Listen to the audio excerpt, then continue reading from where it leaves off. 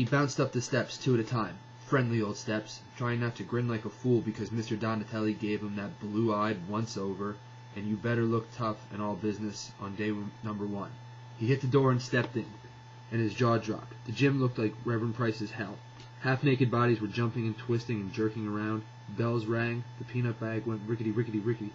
Ropes swish-slapped against the squeaking floorboards. Somebody screamed, "Time!" Grasping voices, and an enormous black belly rushed past, spraying sweat like a lawn sprinkler.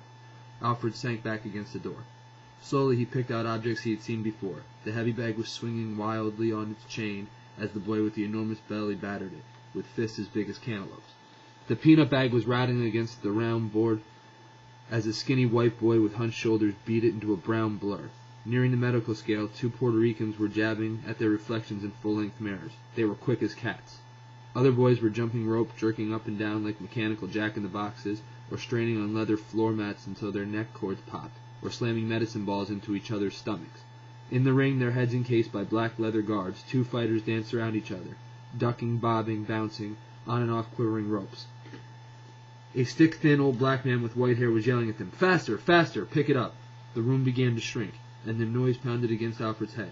He looked around for Mr. Donatelli or Henry, but neither was in the room. He saw an old sign at the wall. Amateurs, $2 weekly. Professionals, $5 weekly. Payable in advance. He felt for his wallet.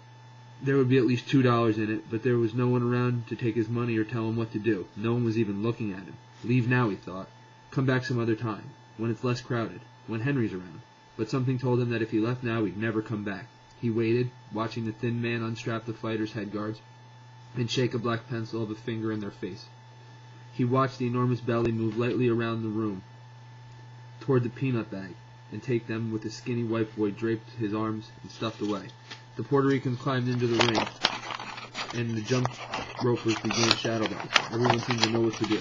Some other time, he thought.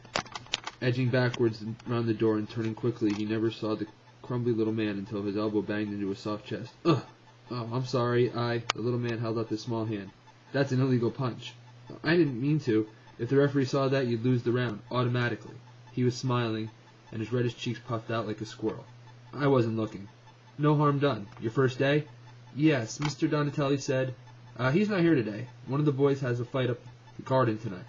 "I'll come back some other—" "Today's better than tomorrow. What's your name?" "Alfred Brooks." "I'm Dr. Corey. The dentist downstairs—" Alertness." The little red face moved closer.